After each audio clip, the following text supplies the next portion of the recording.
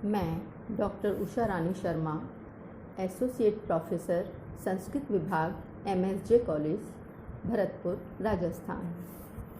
बच्चों, आज हम BA तृतीय वर्ष विषय संस्कृत प्रश्न पत्र प्रथम के पाठ्यक्रमानुसार भारतीय दर्शन के सिद्धांत पुस्तक का अध्ययन करेंगे। आज का विषय रहेगा भारतीय दर्शन में न्याय एवं उसके सिद्धांत। न्याय दर्शन के अंतर्गत अनुमान प्रत्यक्ष के बाद दूसरा प्रमाण माना गया है।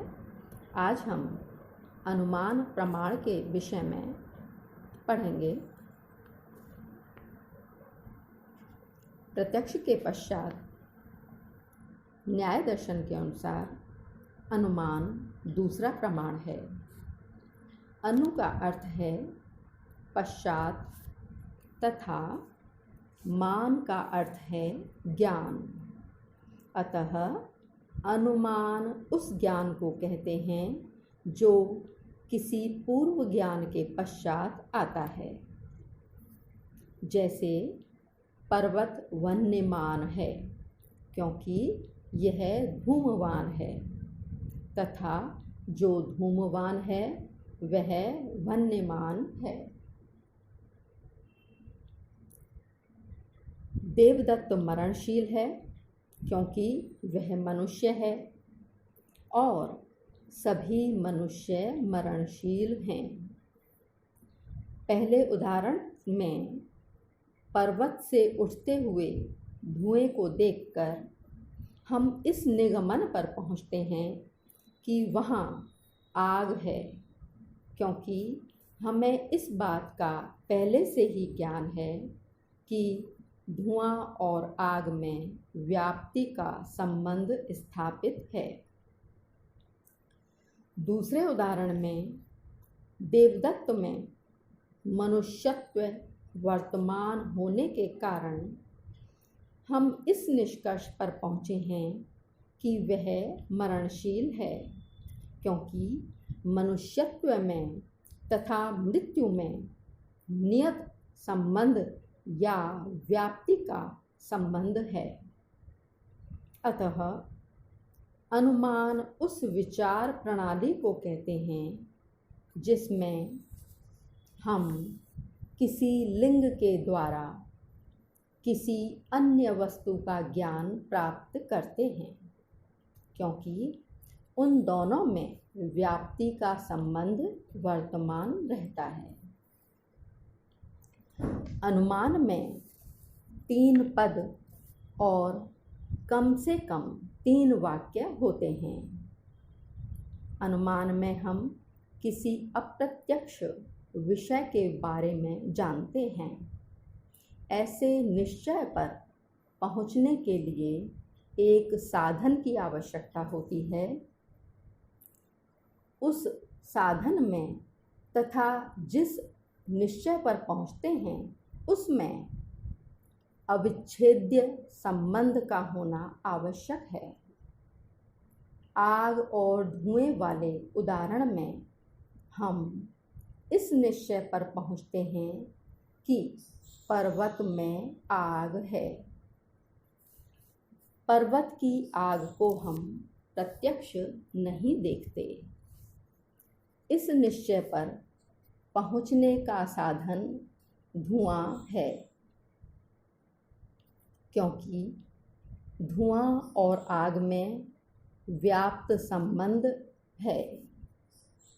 धुआं और आग में कैसा संबंध है? एक व्याप्ति का संबंध है। व्याप्ति का अर्थ है जिन 2 पदार्थों में से एक दूसरे के बिना नहीं रह सकता। इसी संबंध को असिद्ध संबंध भी कहते हैं। ये व्याप्ति का संबंध है। इस धुआं और आग वाले अनुमान के 3 भाग हैं। नंबर 1, पर्वत में धुआं है। नंबर 2, धुआं तथा आग में व्याप्ति है। जिसे कि हम पहले से जानते हैं। नंबर 3, पर्वत में आग है, यद्यपि उस आग को हम प्रत्यक्ष नहीं देखते हैं। यहाँ पर्वत पक्ष है, जिसके संबंध में विचार होता है कि वह वन्यमान है या नहीं, और है तो किस प्रकार है। अग्नि साध्य है, क्योंकि अनुमान के द्वारा पर्वत के संबंध में यही सिद्ध करना रहता है कि उसमें अग्नि है। धुआं लिंग है, लिंग का अर्थ चिन्ह है। लिंग को हेतु या साधन भी कहते हैं। अनुमान में सबसे पहले हेतु सहित पक्ष का ज्ञान होता है, तब हेतु तथा साध्य में व्याप्ति का ज्ञान होता है। अंत में यह निश्चय निकलता है कि साध्य का संबंध पक्ष के साथ है।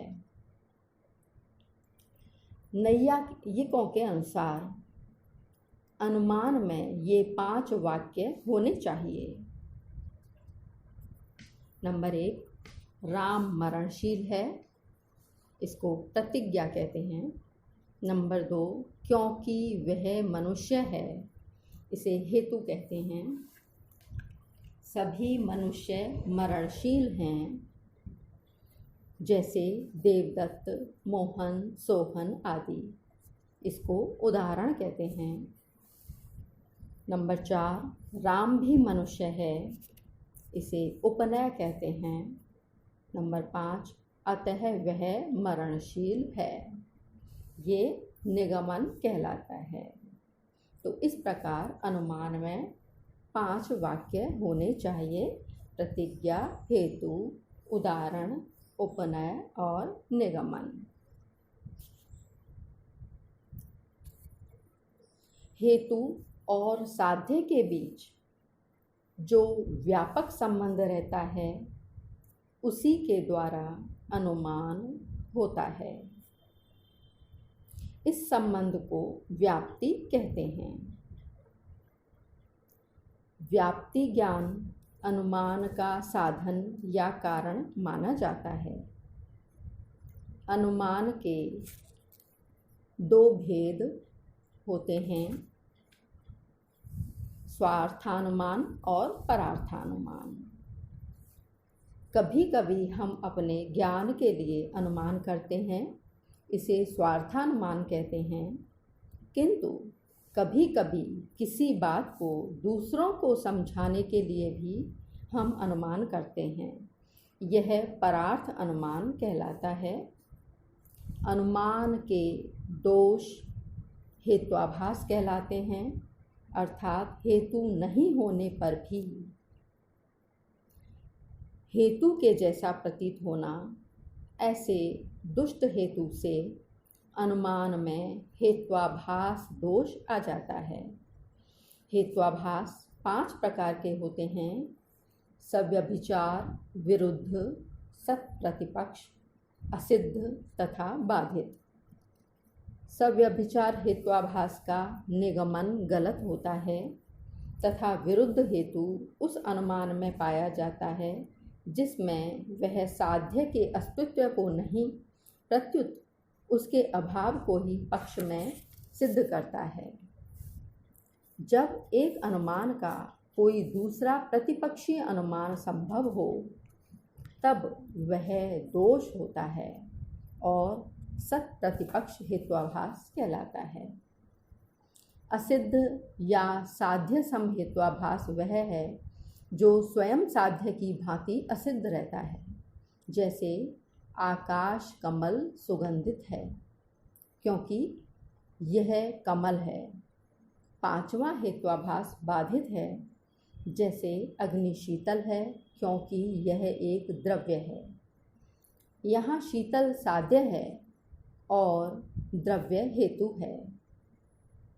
यह अनुमान सही नहीं है क्योंकि हम स्पर्श ज्ञान से अग्नि में शीतलता का अभाव तथा उष्णता का अनुभव पाते हैं और इस प्रकार हेतु द्रव्य के द्वारा जो अनुमान सिद्ध किया है वह प्रत्यक्ष प्रमाण से बाधित हो जाता है।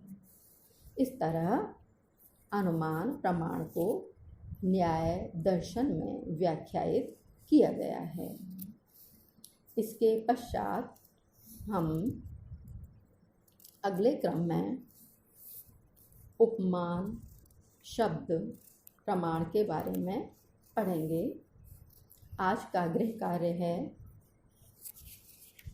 न्याय दर्शन के अनुसार अनुमान प्रमाण की व्याख्या कीजिए।